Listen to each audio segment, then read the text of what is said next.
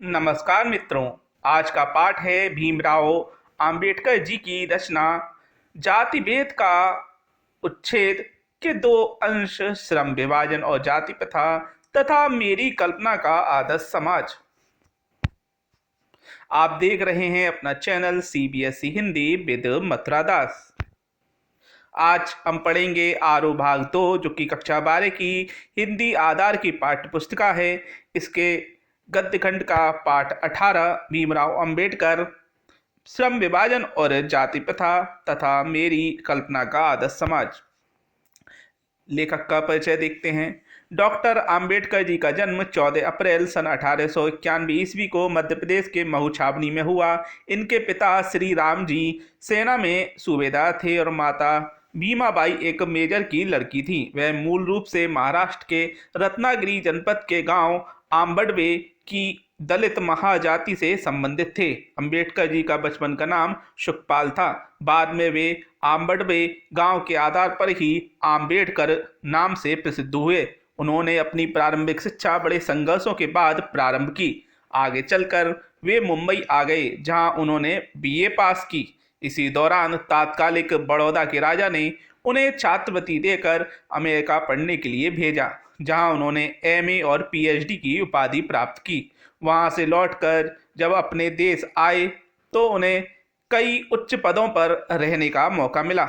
आगे चलकर उन्होंने अपनी नौकरी छोड़ी और दलित, अछूत व गरीब लोगों के उद्धार में लग गए। उनका जीवन दलितों को उनके अधिकार दिलाने के लिए ही रहा।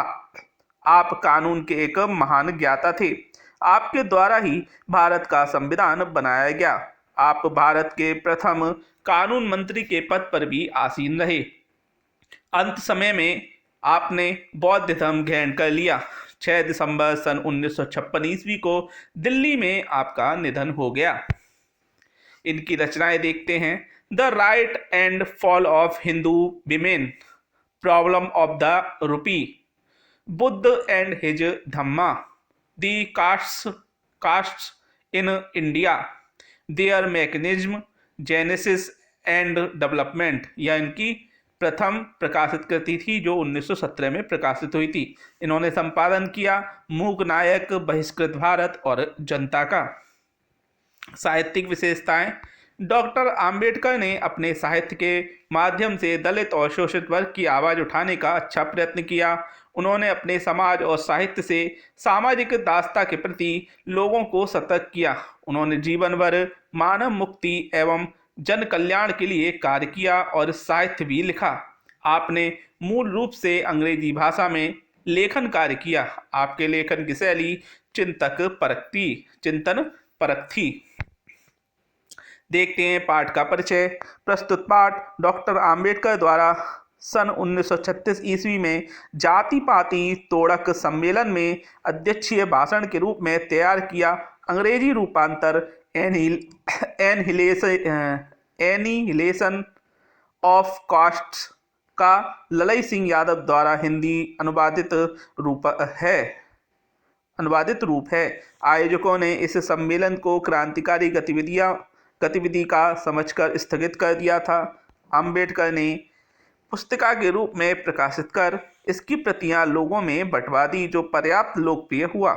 इसके अनुसार समानता, स्वतंत्रता व बंधुता, यह 3 तत्व आदर्श समाज में अनिवार्य रूप से होने चाहिए। इन्हीं आधारों पर हमें मानवीय गुणों का विकास करने का प्रयत्न करना चाहिए।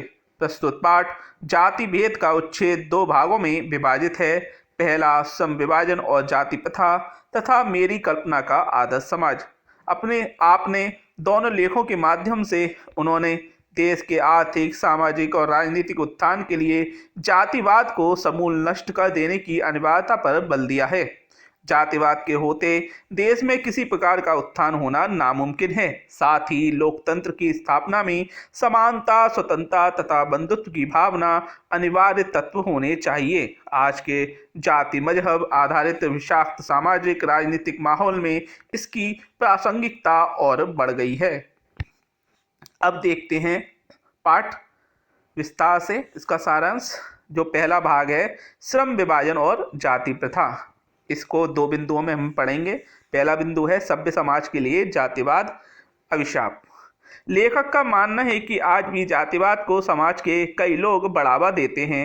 आज के समय जो सभ्य समाज है उसमें कार्यकुशलता के आधार पर श्रम अर्थात उनका काम और पेशा जो वो करना चाहते हैं, श्रम का विभाजन होना चाहिए। ऐसा ना कार्यकुशलता के आधार पर श्रम का विभाजन होना चाहिए। ऐसा ना होने पर समाज में ऊंच नीच की भावना उत्पन्न होती है। इस प्रकार की भावना विश्व भर के अन्य देशों में नहीं पाई जाती। श्रम विभाजन मनुष्य की रुचि के अनुसार होना चाहिए। जो व्यक्ति अपने कार्य में कुशल है उसे अपनी आजीविका के लिए कार्य का चुनाव स्वयं कर सकने की स्वतंत्रता होनी चाहिए। यानी जो कुशल है किसी और कार्य में, अगर उसकी जाति अलग है और वह जो कार्य कर रहा है वो किसी और जाति का है लेकिन उसमें वह कुशल है, तो उसे चुनने की स्वतंत्रता मिलनी चाहिए, यहाँ ये कहा जा रहा है। किंतु आज भी भारतीय हिंदू समाज में व्यक्ति के कार्य का निर्धारण जाति के आधार पर और उसके जन्म से पहले ही निश्चित कर दिया जाता है। वह जाति उसे जीवन भर उस काम धंधे से जोड़ कर रखती है, चाहे वे उसमें अपना जीवन निर्वाह तक ना कर सके। यह प्रणाली समाज की भलाई के दृष्टिकोण से ठीक नहीं। अर्थात उसके जाति के अनुसार जो उसका कार्य है, अगर उसको उसमें मन नहीं है फिर भी उसको वह कार्य करना पड़ रहा है, जिससे उसमें उसकी कुशलता नहीं बन पाती और वह अच्छा पैसा नहीं कमा पाता। तो इसलिए वो कहते हैं कि उसको जाति से मतलब नहीं, किसी भी जाति का जो भी कार्य है अगर कोई भी अन्य जाति का व्यक्ति करना चाहे, उसमें कुशल है और उसमें अपना जीवन निर्वाह कर सकता है, तो वह जरूर उसको स्वतंत्रता मिलनी चाहिए। यह प्रणाली समाज की भलाई के दृष्टिकोण से ठीक नहीं, क्योंकि आज समाज में उद्योग धंधे और नई नई तकनीक के कारण व्यवसाय बढ़ते जा रहे हैं और उन्हें चुनने की स्वतंत्रता सभी को समान रूप से मिलनी चाहिए। किंतु हिंदू धर्म जाति के आधार पर ही कार्य का बंटवारा करता है। उनके जो धार्मिक ग्रंथ हैं उनके अनुसार, उसकी कार्यकुशलता के आधार पर नहीं। इस कारण आज भारत में बेरोजगारी को बढ़ावा मिला है। अगला बिंदु है श्रम विभाजन दोषपूर्ण होने से नुकसान। क्या नुकसान हुए वह बता रहे हैं यहाँ पर लेखक मानता है कि श्रम विभाजन मनुष्य की इच्छा के अनुसार न होने के कारण जाति प्रथा में कई दोष उत्पन्न हो गए हैं। इसमें व्यक्ति की रुचि को कोई महत्व नहीं दिया जाता। आज उद्योगों में गरीबी और उत्पीड़न से अधिक समस्या लोगों को अपने मन मुताबिक कार्य न कर सकने की है। जिन कार्यों को हिंदू समाज में घृणित माना जाता है उन्हें लोग करने से दूर हटते हैं। कार्यों को करने वाले लोगों के मन में अपने कार्य के प्रति अरुचि उत्पन्न हो जाती है। ऐसे स्थान पर कार्य करने वाले का दिल और दिमाग स्थिर नहीं रहता। अतः लेखक मानता है कि जाति प्रथा मनुष्य की प्रेरणा, कुशलता और आत्मशक्ति का दमन करके तथा उसे सामाजिक नियमों में बांधकर किसी काम का नहीं छोड़ती। अब है दूसरा जो इसका भाग है, मेरी कल्पना का आदर्श समाज। जब लेखक कहता है कि जाति प्रथा सभी समाज के लिए घातक है, तो लोग उनसे पूछते हैं कि आदर्श समाज कैसा होना चाहिए। आपके अनुसार आदर्श समाज कैसा होना चाहिए? लेखक कहते हैं कि आदर्श समाज स्वतंत्रता, समानता तथा भाईचारे पर आधारित होना चाहिए। भाईचारे से आदर्श समाज को गतिशीलता मिलती है। सभ्य समाज वे है जहाँ सभी वर्गों का हित देखा जाए। उन लोगों को दूध और पानी के मिश्रण के समान रहना चाहिए। इस प्रकार वे लोकतांत्रिक शासन की स्वतंत्र स्थापना करेंगे। समाज जिसमें सभी लोग अपने विचारों और अनुभवों का आदान प्रदान कर सकें और साथ ही लोग एक दूसरे के प्रति श्रद्धा और सम्मान का भाव रख सकें। लेखक आगे कहता है कि समाज के सभी लोगों को संपत्ति और जीविकोपार्जन के लिए आवश्यक साधनों को रखने की स्वतंत्रता होनी चाहिए। ठीक इसी प्रकार उन्हें शक्ति के प्रभावशाली प्रयोग की स्वतंत्रता भी मिलनी चाहिए। किंतु परेशानी यह है कि लोग अन्य प्रकार की स्वतंत्रता तो सभी को देने को तैयार हैं, किंतु व्यवसाय चुनने की स्वतंत्रता के लिए ऐसा नहीं कर सकते। ऐसी स्थिति में उन्हें दास्तां में जकड़ कर रहना पड़ता है। इससे वे लोग अन्य लोगों द्वारा निश्चित किए गए व्यवहार और कर्तव्यों को करने के लिए विवश हो जाते हैं। लेखक समता की अवधारणा की स्पष्ट करता है। समानता का अर्थ उनके लिए क्या है, लेखक यह बता रहे हैं। लेखक के अनुसार मनुष्य की क्षमता, शारीरिक वंश, परंपरा, सामाजिक उत्तरदायित्व तथा मनुष्य के स्वयं के प्रयत्न पर निर्भर करती है समता।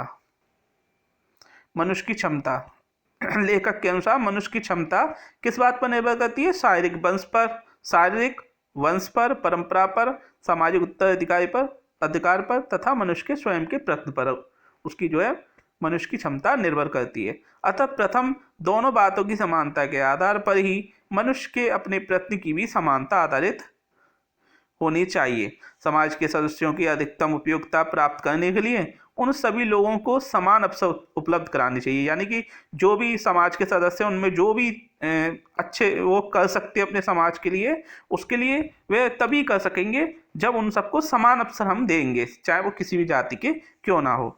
मानवता के दृष्टिकोण से समाज दो वर्गों व श्रेणियों में नहीं बांटा जा सकता।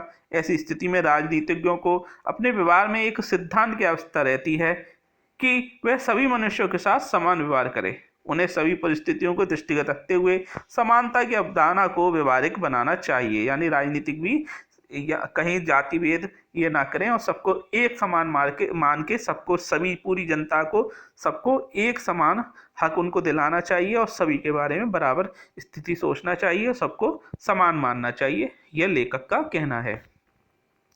अब देखते हैं पाठ से हमने क्या जाना। पहला बिंदु है आदर्श समाज कैसा होना चाहिए।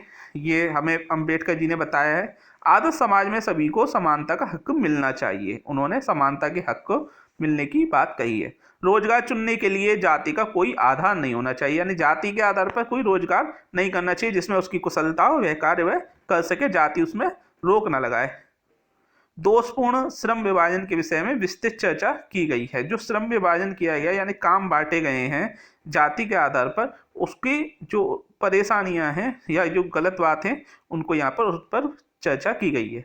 और अंत में समता या समानता की अवधारणा को स्पष्ट किया है कि समाज में समानता का वास्तविक अर्थ क्या है, किस तरह हम समाज में सभी लोगों को समानता प्रदान करके इस समाज का उत्थान कर सकते हैं। तो यह था आज का पाठ, श्रम विभाजन और जाति प्रथा तथा मेरी कल्पना का आदर्श समाज। आप देख रहे थे सीबीएसई हिंदी विद मथुरा दास। हमारा वीडियो आपको कैसा लगा जरूर बताएं, लाइक करें, शेयर करें और सब्सक्राइब करें। फिर मिलेंगे नई वीडियो के साथ। नमस्कार।